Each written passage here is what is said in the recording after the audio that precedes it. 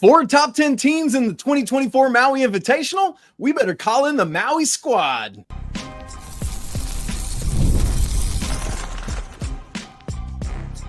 You are Locked On College Basketball, part of the Locked On Podcast Network. Your team every day.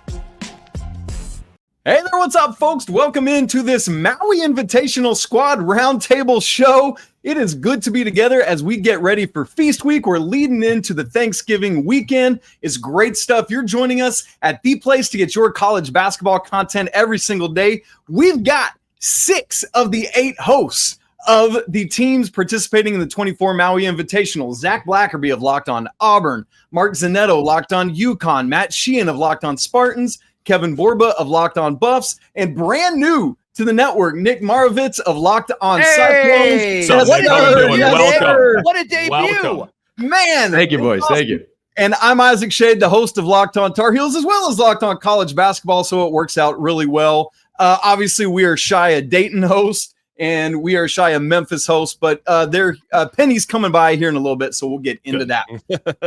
Folks, what we're going to do, we're going to get into a little roundtable discussion as we do. So I need to tell you that this episode is brought to you by FanDuel. You can start the season with a big return on FanDuel. New customers can place a $5 bet, and if it wins, you get $150 in bonus bets. Go, man. Visit FanDuel.com to get started, just like we're about to do right now. Welcome into all the everydayers of all these great shows and everybody that's hate watching because you wish you were at Maui with all of us this year. All right, boys, here we go. I said it in the cold open. We've got 4 top 10 teams, at least with this week's AP poll in this thing. Number 4, Auburn. Number 2, UConn. Number 5, Iowa State. 10, North Carolina. And then you add to that Dayton and Colorado and Memphis and Michigan State. It is an absolutely loaded field, boys. Right out of the gate, what are you looking forward to with this Maui Invitational that's getting back to the Lahaina Civic Center this year? To have a good time. That's what we're here to do. Look, we're not one of those 4 top 10 teams that you said. We're here to go 2-1. Doesn't have to be in the championship game, but we need some big wins here. It's been slim pickings the last few years over here in East Lansing. We're used to, at least in my childhood and youth, winning a lot, and we haven't been doing that a lot in the last 5 years, namely against top-tier teams. No shortage of opportunities, and that's what Tom Izzo and myself both like there. That's right. I'm just excited for this one, man. Excited. Matt, I got to ask you before anybody else goes, you're wearing your shades and your bucket hat. Do you have SPF 50 on with that? No, it's 100. Do you see how pale I am? Are you out of your mind? It's got to be triple digits, or I ain't putting it on my skin, man. So, yeah, we're rocking SPF 100 over here. No doubt. That kind of matches the vibes that you're putting out, Matt, which I'm here for. No, I'm loving the matchup between Auburn and Iowa State. I think that's the best matchup in round 1. Yeah. I'm probably a little biased in all of this, but I'm excited really for that entire half of the bracket. You know, because Auburn and Iowa State and North Carolina, they've all got to compete with each other. They're not like UConn on the other side of the bracket, where I think they've got a smooth walk to the Maui Invitational Championship. And I think Auburn and Iowa State is definitely the headliner to start things off. Oh, no, I agree. Nick, I you got say like brand new. Nick, what pushback you got to Zach? Cyclones pulling this off? Get in there, Nick. Yeah, no, I say this much. I think that this is the championship, right? Iowa State is going to win the Maui Invitational. Auburn, of course, one of the toughest competitions in round 1. I think Iowa State will come out ready to rock, but this is a huge get ready game for the Cyclones. Obviously, everyone in Ames is tired of those Sweet 16 exits, and we got to get this. We got to get the vibes right immediately. It's got to be right now. Well, I'll say this as the host of Locked On UConn. I, number one, have not ever resided off of a men's basketball loss. I'll say that from the get-go. Like, as I started last year, they won the Big East tournament and then ended up winning the national championship. And we're 4-0 to start this season. So I don't expect to go into the Maui Invitational residing over any losses, even though we get 3 games no matter what. So let's be real clear. UConn, when they play a tournament, they typically win it. So I think that's the biggest takeaway that I have. So sorry, Nick. I know you're new here, but I don't think that you need to worry about any titles and just worry about just being Auburn first. I do think, UConn, I was out there for a little bit, and it's a basketball town. You guys take that very, very seriously, so I can see where you're coming from, but look out for the Cyclones. Yeah, Nick, you don't have to be nice to UConn. You don't have to be nice to UConn. No, don't be nice because no one else. No, they're not going to be nice to you. I can tell you that right now. Anybody in our mentions is not going to be nice to you. No, so here are those first round matchups. Let's get them all. This is kicking off, by the way, Monday, November 25th. This runs Monday through Wednesday. We got UConn Memphis kicking this whole thing off 2:30 Eastern on ESPN2, followed by Michigan State, Colorado at 5 Eastern on ESPN2. Next is that matchup that Zach talked about. Number 5, Iowa State. Number 4, Auburn at 9 p.m. Eastern. This one moves to ESPNU. Why is that? Because the two guys named Peyton and Eli that are going to be giving us the Ravens-Chargers game on the Duke. And then right back to ESPN2 for the nightcap, number 10, North Carolina against Dayton. Do not sleep on the Flyers. That's 11:30 Eastern on the Deuce, man. A full and great day to kick off Feast Week, boys. What else in that first round are you looking at? I'll dive in because I haven't said anything yet. First of all, Zach told me this was about Deion Sanders is what I was told. Zach asked me to talk about Colorado and their playoff chances, and here I am talking to hoops.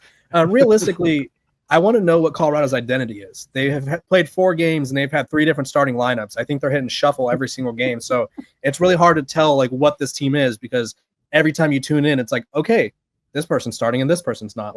What is this team? Obviously, they lost pretty much everyone from last year's run in the tournament. But it's like, can we figure out a consistency? What is our identity? What is our goal for the year? Because they're 4-0 right now, but they've also their best wins against Northern Colorado in double overtime, maybe? I don't know. Well, that's fitting because Sheehan, I don't know if Michigan State's quite figured out their identity yet either. Is that accurate? That's incredibly accurate. I think it was 2 games ago where we had 31 unique lineups. That is the most in at least a 5-year span. There's a guy out there, A_Zinger in the MSU Twitter sphere that charts all these 31 unique lineups. I believe that was the Kansas game. I might be. Regardless, a lot of depth at Michigan State. That's the way we're going here. Positive way to look at it. Yeah, glass half full, baby. I love it. Was the PR recommended state that we went with. It is depth, but no, truly, it's a lot of good players. I don't know if anyone's really bona fide great just yet, but Izzo has a lot of figuring out to do with his lineup. He's already shuffled around the starting lineup, and yet for the 3rd game in a row, Michigan State has saw themselves down double digits before the under-16 timeout even rolls around, and not every game has been Kansas necessarily. That's happened against Samford. Not great starts for Michigan State here. So, strong. Very strong. Hey, look, great game. By that was 8. a great game That's Tuesday night. Yeah. Yeah, thank you. I only had 2 heart attacks during the game, but that's okay around these parts. Yeah, so you're here. It got down to 5 points at the 6-minute mark, Sheehan, and I was like, whoa. I was crying. It was an emotional roller coaster, which I don't need in November against Samford. The glasses are hide the tears. A little still bloodshot from all the crying that I did, but no, you pointed out very well though. This is going to be 2 teams that are just going to try to find their identity before they get back in the pools on Monday night. So we'll see how this goes from here. Michigan State usually doesn't really have, at least in my experience, great luck in Maui. They got aced by Virginia Tech the last time we were there in 2019, and we almost lost a 20-point lead to Georgia in the second half because a little guy named Anthony Edwards decided to go nuclear there. I wonder how his career's been ever since. But no, just a lot of fun to come in Maui. He didn't make the tournament that year. I would say I'd like to point out that this is the first tournament that Dan Hurley has not been upset about the seeding, if you will. That, as Zach pointed, we do have a quote unquote cakewalk based off of the strength of schedule on our side of the bracket. We have a Memphis team where we're playing Penny Hardaway and who knows who is going to be on the team.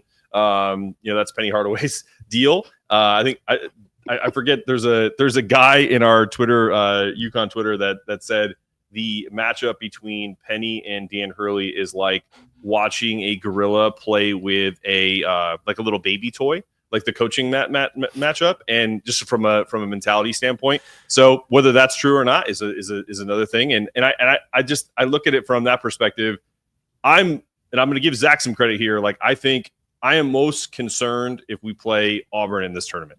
I've said that on my show. I think they're the most talented team in the field. No disrespect to Isaac, because I think North Carolina is a talented team too. And I think the Cyclones are talented too, but I think they're more on the defensive side. But as far as kind of an offensive perspective, but I will give you this stat from UConn. Now, granted, they played all bye games, but the only teams in the nation with adjusted raw efficiency margins for both offense and defense ranked in the top 20 are Duke, UConn, Houston, Cincinnati, and Texas Tech. So I expect UConn to really show a little bit more this week because they're finally playing a big game. They're not playing a team in the 300s in Ken Palm.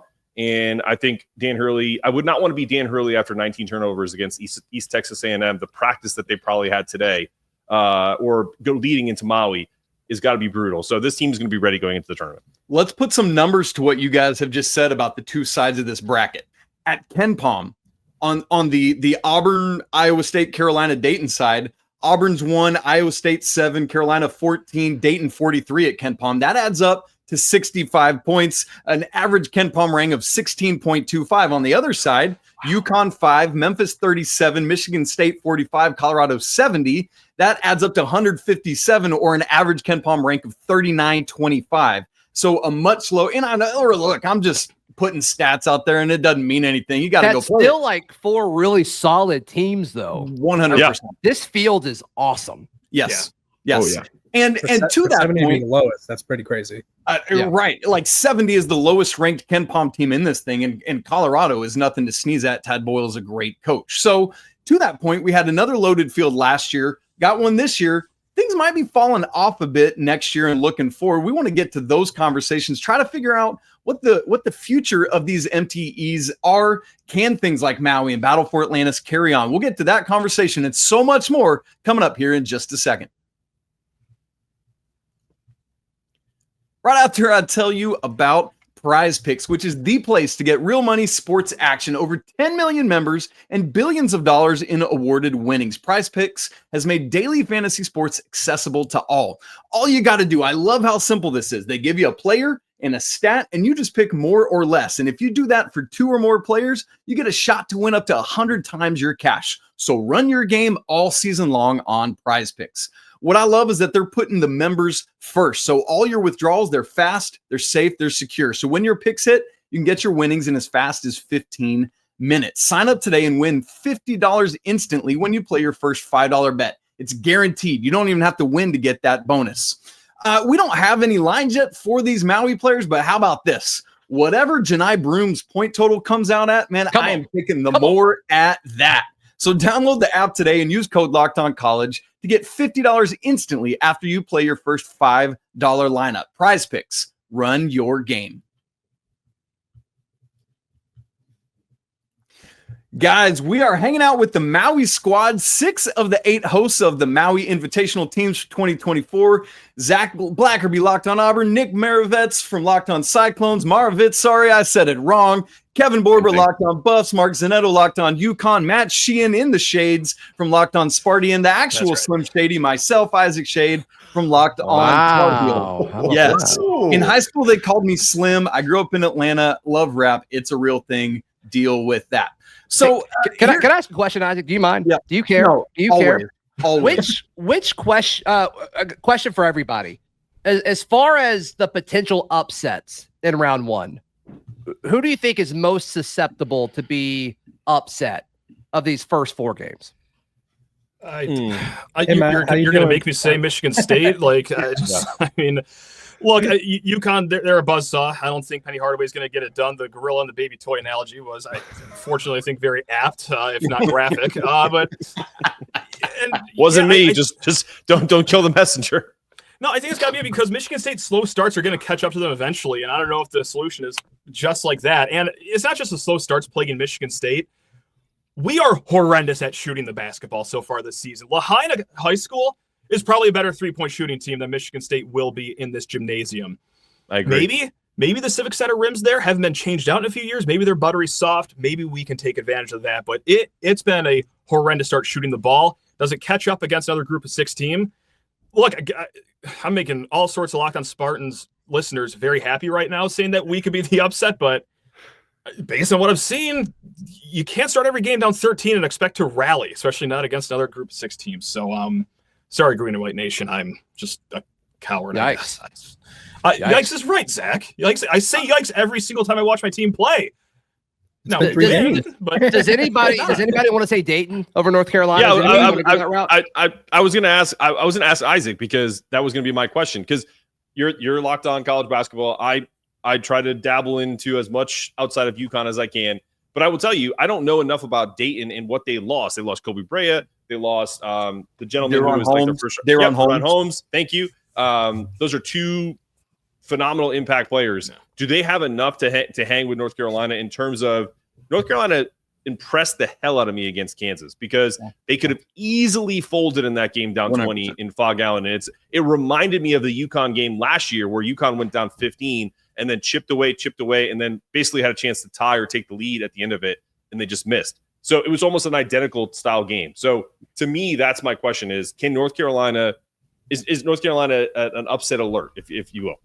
Absolutely they are. And obviously we don't have the lines as we record this yet. And I think part of the answer to Zach's question too, before I switch to that, is I think the Auburn Iowa State line is going to be so minimally small that whoever's the favorite is going to be such a small favorite anyway. Sure. I agree. That I think it almost just mathematically makes sense that Carolina is the most logical answer to me to this question because Dayton is a very good team.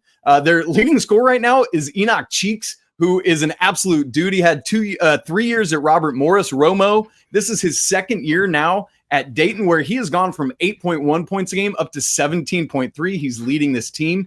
Say his name again, real quick. I was about to say, what's his name? Yeah, All name team. All name team. Cheeks, baby. Cheeks, baby. Let's go. Isaac, what? Wow. Whoa.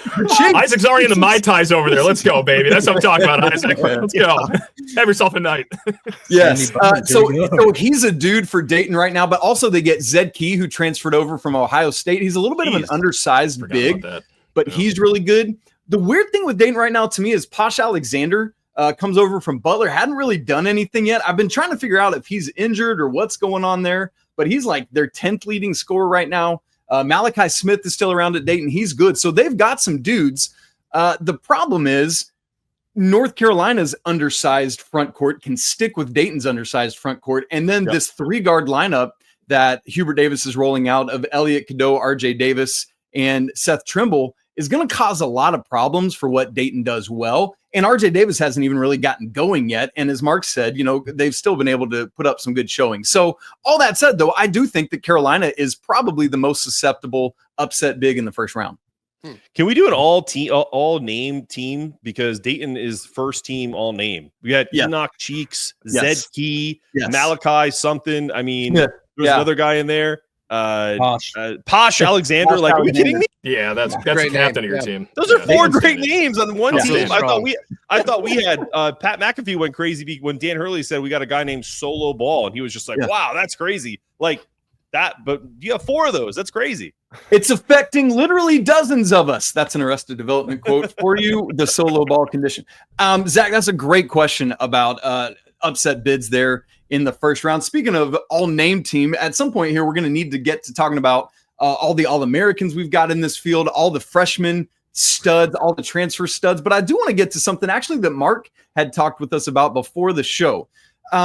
With the onset of NIL and everything it's doing, there is this fear that the multi-team events that we're traditionally used to seeing might have some trouble going forward. For example, this year's Maui field hasn't been affected, but Battle for Atlantis, which is probably the second most big time multi-team event right now, Creighton was in that, pulled out of it to go play at the Players Era Invitational in Las Vegas, which is the NIL multi-team event. So there is a concern that as the rev share stuff comes into college athletics, the model that's going to be, that teams are going to start finding like, hey, we need NIL opportunities as part of these Feast Week events, or we're out. Do you guys fear that this is going to be one of the last big time MTE years? Can I dive in here? I feel like realistically, you have to look around what college sports is, which has always been about money, right? Whether people want to admit it or not, it's always about money. There's this little thing called the basketball tournament, right? Where it's every offseason where they play for $1 million. Why are these tournaments, and people can get on me for saying this is pay for play, whatever. That's what college sports is. Like, get off your high horse. That's what it is. Yep. Why are there not winner like payouts for these tournaments, right? I love it as a Colorado guy saying this. I love it. Hey, we built our football program off of vibes and Louis luggage. Leave me alone. Where are your shades? That's what I want to know. Where are your prime shades? I got bad vision enough. I don't need to have worse vision indoors. But realistically, they need to sort of get creative, right? Otherwise, this will be the death of these tournaments. Because what's the incentive to go play in Maui or the Battle for Atlantis if you can go somewhere else, get better opportunities to expose your teams? And I feel like that you kind of have to think outside the box. And I think incentives is the way to go. You're spot on, Kevin, because we spoke to we didn't do this on the show. It was kind of behind the scenes, and then a beat reporter for the Connecticut Insider, David Borges. I'll give him some pub if you want to go read the article. David Benedict, the athletic director from UConn, gave him some quotes, gave us some quotes in terms of they're going to reevaluate like what this is going to look like in the coming years for UConn, particularly because this was the question, like, is this will be the last time that UConn ever plays in Maui? And he said, maybe, it could be, we're going to kind of see where the rev share model goes. We're going to think about things that make sense. Like when we played Gonzaga last year in Seattle, now they come back and play us at Madison Square Garden. So those neutrals versus home and home, but there's still a money grab there for both teams and NIL opportunities for the players. So it may be the death of MTEs, but you may be onto something where there could be more kind of the tournaments, which is the TBT is a fantastic event. Stars of Stores did not win this year, which we're upset about. But that's okay. We'll be back next year. But yeah, I mean, this is one of those things where I think that's where the MTEs are going, where college sports is pay for play. There's no question about that anymore. Can we just forget about it and start to reevaluate in that fashion? Or donate to the winners NIL fund. Sorry. Go ahead, Matt. No, because that goes along right with it. Like a quick Google search shows that Maui Jim Sunglasses Company is worth $1.5 billion. They do annual sales of $300 million. Surely they could fork over $5 million of those dollars for some sort of prize pool. That's where it comes down eventually. You can't saddle the Lahaina community with coming up with the prize pool. So sponsors, not to, pit our issues on other people, but yeah, hey, sponsors, step up to the table and throw a little more coin our way. I'm right with you on that. Like, to me, it's not about Maui has to go away because of things like Players Era Festival. It's Maui has to adapt and figure out how do we have NIL opportunities. Sure, we'll see. Especially here, like, this is a great moment to say, I am so glad that this is able to be back in Lahaina this year. 3 of the past 100%. 5 Maui Invitationals have not been at the Lahaina Civic Center. 2 because of COVID. Last year, because of the unfortunate fire that they had to move into Honolulu. And so, literally, praise God that they're able to be back in this Lahaina community. I had the opportunity to go this summer. Things are back up and going. I got to go to the old Lahaina luau, man. They're up and running. And so this is so good for that community, man. Let's just say that, like, this is good for college basketball. Yeah. I was also there too. I went 1 of 3 during my honeymoon. I had to interrupt a high school girls practice because I said, hey, I'm a big fan. I want to get shots up. I went 1 for 3, which is substantially higher than what I usually shoot. So take the over in all these games. Just a little bit of gambling advice for you guys right there. Do you hear what's going on here? We had Isaac kind of giving us like a humble brag. I was in Lahaina this past year. It's so cool. And then Matt was like, "Oh, I got in the gym and I was shooting and whatever." I mean, come on. Guys. That was like 8 years ago when I was cool though. So it's not as flashy as it sounds. They're just crashing high school basketball practices. No, it's really cool. Yeah, no, just added that part. How do you think one of the girls that were practicing, how do you think they tell that story? It's a great question. Like to the police or to their friends? I guess either. I think Lahaina PD was given to the parents, maybe. Yeah, the story Lahaina PD got was probably a little watered down. They never caught me, so it wasn't at the utmost importance. So which is good. But to their friends, they probably said we watched the scrawniest, palest guy shoot horrendously from within 8 feet, 1 for 3. Never let people in here ever again. I've ever seen. Yeah, no, disgraceful for everyone involved. So, which is funny because the police station is right by. The Civic Center. Sure guys, it is literally so tiny. It's wild to have all these. It is crazy. They hold like actual like Division I games here. It is a spectacle. All right, guys, we still have to get to the hardest hitting questions of the day. Which coach from the Maui Invitational is most likely to win Fight Club? Which team is most likely to get in a fight on the way over to Maui? Oh, wait, we already know that answer. Yes. Let's go. 11 hours worth of fights in the air. Let's go, baby. The long flight. We got to make our predictions. We got to make our predictions for who's actually going to bring this thing home and who might be that MVP. All of that's going to come up here in just a second. Right after I tell you about our good friends at Z-Biotics, man. I tell you what, if you're going over to get those Mai Tais that we were just joking about, Z-Biotics would be a helpful thing for you. It's a pre-alcohol probiotic drink that's the world's first genetically engineered probiotic. Invented by PhD scientists, it tackles rough mornings after drinking. I love how it works. When you drink, alcohol gets converted into a toxic byproduct in your gut, and it's that, not dehydration, that's to blame for the rough morning you got the next morning. Free alcohol produces an enzyme that breaks down that byproduct. Just remember to make ZBiotics your first drink of the night. Drink responsibly, stay hydrated, and you're going to feel so much better tomorrow. Enjoy tomorrow waking up feeling refreshed and ready to take on the day when you make ZBiotics your first drink of the night. To check it out, go to zbiotics.com/lockedoncollege to learn more and get 15% off your first order when you use code lockedoncollege at checkout. ZBiotics is backed with a 100% money-back guarantee, so if you're unsatisfied for any reason at all, they're going to refund your money, no questions asked. Remember to head on over to zbiotics.com/lockedoncollege and use code lockedoncollege at checkout for 15% off. This episode is also brought to you by our good friends at FanDuel. Get ready to tackle the NFL action with FanDuel, America's #1 sportsbook. Because right now, new customers can bet $5, and if you win, you get $150 back in bonus bets. The FanDuel Sportsbook app gives you everything you need to place live bets on the NFL all in one place. So when you get a hunch in the middle of the game, you can check out the latest stats, view live play-by-play, and so much more on the same page where you place your bets. How about some odds for the Maui Invitational? UConn leads the way at +170, followed by Auburn +310, Carolina at +400, Iowa State 430, and I'll just save the other four guys the trouble. It goes way down from there. If you want to get in on that action, visit at FanDuel.com to join today. Never waste a hunch and go make every moment more with FanDuel, an official sportsbook partner of the NFL. Okay, we're back with the Maui Invitational squad where we're getting ready for the 2024 Maui Invitational. Fellas, I don't know if you're aware of this, but there's a thing that I like to call the Maui bump. Here's what I mean. In the 25 Maui Invitationals we've had in the 2000s, 12 of the Maui Invitational champs went on to the Elite Eight or better that year. 4 of them have been national champs, 2 national runners-up, and on.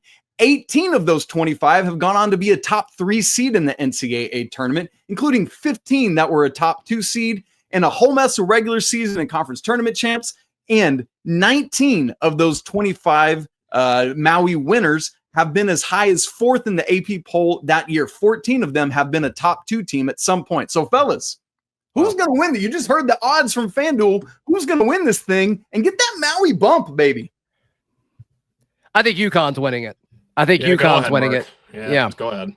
As long as Mark's employed at Locked On Huskies, that's all. I mean, Locked On Huskies. Take it easy.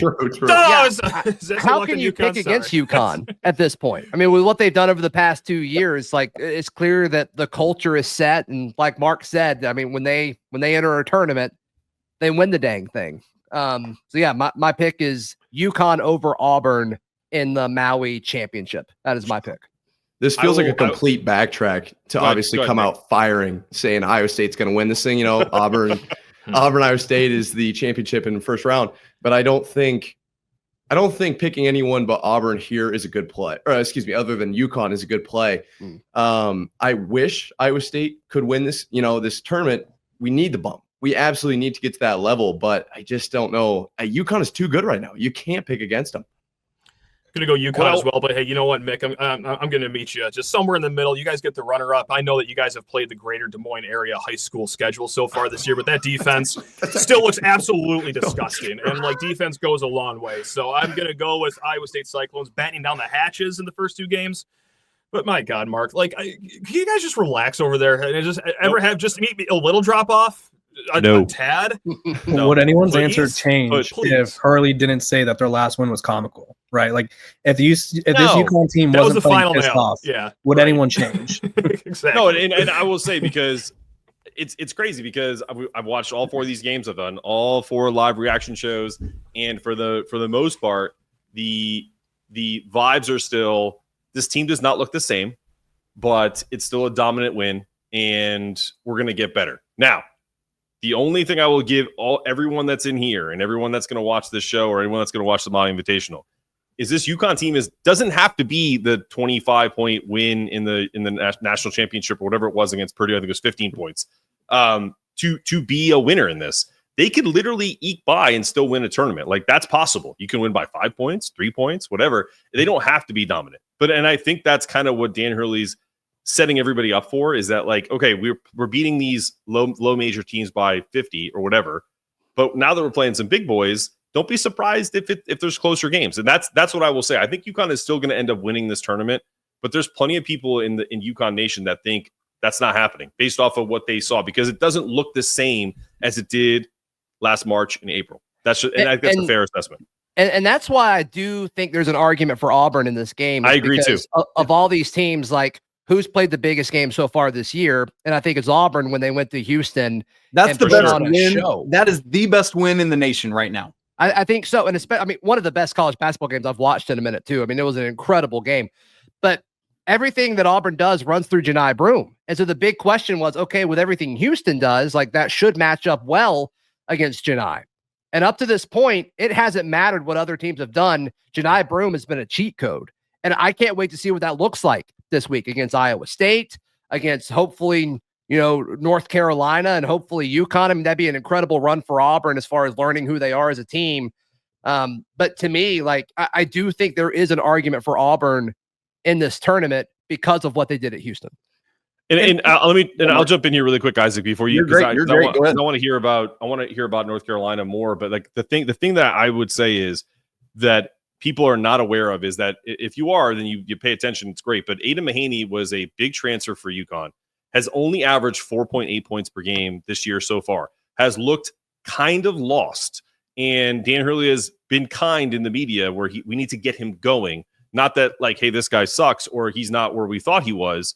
And I've been kind because I feel like Aiden can get there because I think he plays better against better competition. That was his knock at St. Mary's. When he plays Pepperdine or Portland, he played terrible. When he played Gonzaga, he's dropping 25 points. So maybe we see an Aiden Mahaney awakening in this. But what we weren't sure about was Terrace Reed. And that dude is balling. He's averaging 11.8 points and 9.8 rebounds for UConn. Samson Johnson, who's not playing well offensively, averages 5 blocks a game so far. And of course, you still have Alex Caravan, who's an All-American averaging 16.3 points per game. And then there's Liam McNeely, your 5-star freshman, who is going to be a top 10 pick in the NBA draft. So this team doesn't have like the one alpha. They have about 4. And that's the tough part, is they're all trying to figure out who should take over at different parts. We don't have a Johnny Broome who essentially can be like, okay, Janai Broome, who's just like, hey, that's who we work through. Yeah, it's a system. So that's what they're feeling out right now. Yeah. One interesting thing for North Carolina is they're actually going out early tonight. Today, Friday, as this thing drops, Carolina is playing at Hawaii, which is interesting. The NCAA allows an exemption where if you play at Hawaii or at Alaska, you actually get a 30-second regular season game. So North Carolina gets that, has an opportunity to kind of set their body clocks to Hawaii time early ahead of everyone else. In fact, they took off on Wednesday for the islands. And so I'm wondering, that does make it 4 games in 6 days, but it does give you an opportunity to kind of get your legs up under you a little bit and see what you got. I think the big story for Carolina, I mentioned it earlier, is just, can RJ Davis get going, right? Like, this is your reigning ACC player of the year, preseason All-American. And like, on one hand, it's like, great, Carolina's been playing well with him not doing well, because Elliot Cadeau has taken a massive step forward as one of the best point guards in the nation early this season. But they cannot win this tournament without RJ Davis being RJ Davis. And so that's a critical thing I'm looking for the Tar Heels, as well as Belmont transfer Cade Tyson coming along with his shooting. Carolina needs his shooting. He broke out a little bit in their last game, but like in that Kansas game that Mark referenced earlier, only played 63 seconds in that game, and that won't suffice for sure. Fellas, here's what did you give your pick for who's winning? I didn't. I actually am going to go with Auburn as well. I think Auburn is playing as one of the best teams in the country right now, and I like how I think it is Auburn and UConn, and I like how Auburn matches up with UConn. However, if I was betting on it, I would bet UConn because of the path coming out of each side of the bracket. I think UConn has a much better chance to get to the championship game than any team on the other side of the bracket. And so from a betting standpoint, UConn, from a how the teams are playing with what I've seen so far early in the season, give me Auburn for that. Mm-hmm. I think it's a good pick. I think really quick before we kind of, maybe round this whole thing off, to kind of piggyback off of Mark here, you bring the championship home the same way, whether you win by 1 or you win by 25. Doesn't matter. It's a win's a win. And that is what I think makes this tournament so great. We've talked already about how loaded it is. And I just think it really will come down to a lot of close games and a lot of really fun watching experiences when you zoom way out. Who cares who wins as an impartial fan, right? As a fan, of maybe Michigan, right? They're not there. They just want to see good basketball, and I think this tournament will bring. And they want to see Michigan State lose. To be fair, I was about to say. Okay, I shouldn't have picked Michigan. Should not have picked Michigan, but that is true. And that's just kind of the fun in this, because like this is like a loss at Maui, like it's not going to hurt you. It's not going to hurt you at all. But this so, field, no, my God, no. So I mean, it's like you're playing. You know, I mean, this is all just gravy. All gravy. You know, to stay on the Thanksgiving, to stay on the Thanksgiving theme. It's all gravy. But what's wild about that is there's going to be several really good teams that leave this event 1 and 2, and fan bases are going to be not happy about it, right? So I think that's going to be what we're going to be doing on our Thanksgiving shows, is trying to calm down fan bases that are upset about, oh crap, we went to Maui and lost 2 games. Well, it was a really good feel, right? Like, and so I think I love your point there, Nick. This is great for all 8 teams to get this experience, to get away from the mainland, because think about, man, how galvanizing events like this are for team unity. Oh yeah. Except Auburn, but like if we get there, it'll be fine. Right, exactly, yeah. Right. Like I think the plane might have to take a landing in the Canary Islands or somewhere over the ocean. Do you think Bruce Pearl is flying private to Hawaii just to kind of get away from the team just during this trip? Like, no, I mean, I think we should just fly, 15 different planes. Everybody kind of get their own. And now we're talking. I think Auburn's NIL can handle that.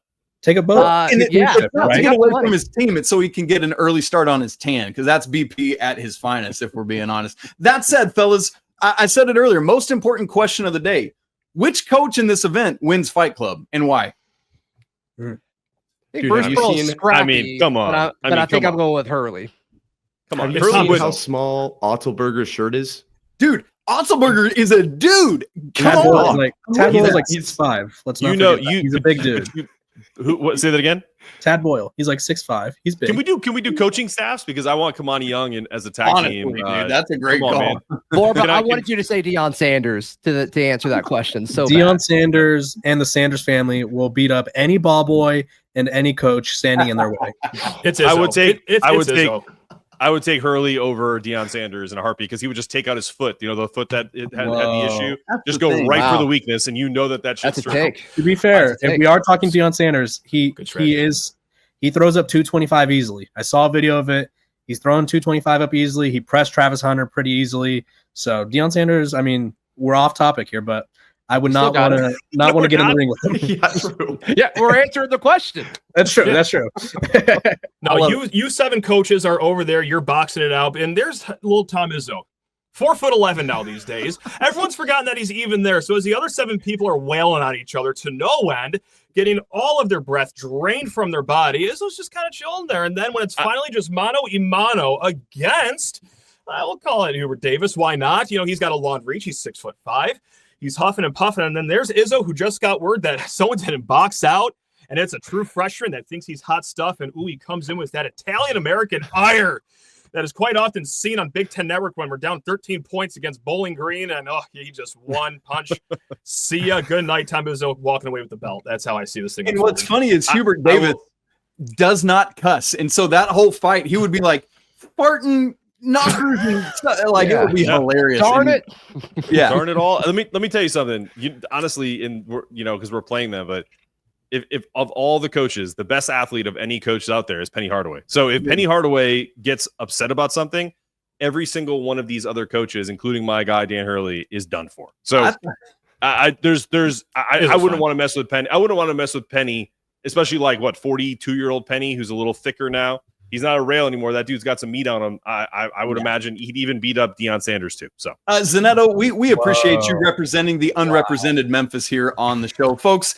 For those of you who maybe haven't really gotten into college basketball yet this season, maybe you're just tuning in for Feast Week. Let me just give you a couple names to watch out for really quick as we get out of here. Multiple All-American candidates in this field. We already talked about Janai Broom from Auburn, Alex Caravan from UConn. We haven't mentioned Taman Lipsey's name yet somehow from Iowa State. He is a dog. RJ Davis from North Carolina. We got a bunch of good freshmen. Liam McNeely from UConn. Ian Jackson, Drake Powell from North Carolina. Tahad Pettiford we talked about earlier from Auburn. Jace Richardson, who's a little banged up right now from Michigan State. I didn't mention Ahmad Noel from UConn. We also got some great transfers, man. Joshua Jefferson, another St. Mary's transfer that's in this event, along with Aiden Mahaney and Terrace Reed, who we've mentioned. Auburn has Miles Kelly from Georgia Tech, JP Pegues from Furman. Memphis, man, I know we talked about what is their roster. PJ Haggerty is a dude, comes over from Tulsa, Tyrese Hunter from Texas, Dane Danger from Illinois. So all sorts of great names to get to know in this team. Fellas, as we get out of here from this episode of Maui Invitational Squad, any final remarks for the good people? Not a single mention of Andre Yakumovsky. Disgusting. I'm so sorry, Borba. We have to thank Jared Haas for getting fired finally, and Kyle Smith leaving, and so now Colorado gets a useful transfer, and he needs to be mentioned because he's the one consistent thing they have going. Who leads all of Maui in total points when it's all said and done? Just real quick, who's y'all's pick? Alex Caravan. Yeah, it's got to be the team that plays the longest, and so I got to go with Caravan. Everybody plays 3, right? Everyone plays 3. That's the thing, and so it's like, yeah. But like the teams that are playing the most meaningful games, I feel like he's kind of due to lead this team to the win, and that's that. Fair. I'm going to give you one surprise name that you guys should look out for because Hurley talks about him constantly, and he yammed on someone last night, and you should see it on SportsCenter. I think it was number 4 is Jaden Ross. Yes, 6'8" small forward. Got a steal. He threw it at him, and he like literally ended a dude's life on national television. So literally. Literally, it's like from Anchorman, like Jay May he rest in peace. May he rest in peace if that's the case. Zach, here's the real answer to your question. Memphis's PJ Haggerty is averaging 25.7 points a game right now. That's the answer to your question. So if he scores 25 points and then he leaves, is that going to be the total? He won't leave. He'll play 3 games. Everybody plays 3. So that's true. That's my bad. I made the same mistake earlier where I was just like, oh, that's right. Everyone plays all 3 games. Yeah, it's kind of weird because you think tournament you lose and you're done. Question. That's not what this is. Yeah, now that's a different story. Like I think PJ Haggerty may have the up and up, so I think you're right, Isaac. But I'll tell you, man, like you win a game and all of a sudden you feeling pretty good. If you lose that first game, especially if it's not close, maybe that dude's not dropping 25 anymore. I don't know. Maybe he may put up 25 shots, but I don't know if he's dropping 25 points. Yeah. All right, folks, we're all going to learn a lot about our teams this week, and then we're going to have a lot of fodder heading forward from Feast Week. Going to be great stuff, folks. Get your naps in now because these games are going to be late, but it's a great way to avoid your families over the Thanksgiving holidays, so make sure you are doing all of that. Big thanks to Zach Blackerby, Locked On Auburn, Nick Marovitz from Locked On Cyclones, Matt Sheehan from Locked On Spartans, Mark Zanetto over Locked On UConn, Kevin Borba from Locked On Buffs. Folks, and I'm Isaac Shade from Locked On Tar Heels and Locked On College Basketball. Thank you so much for joining us. Have a great Feast Week. Make sure you check out all these shows. Come be part of all the shows at Locked On Podcast Network where we get to hang out. It's all about your team every day. Enjoy your Feast Week. We'll be back with you another time. But until then, peace.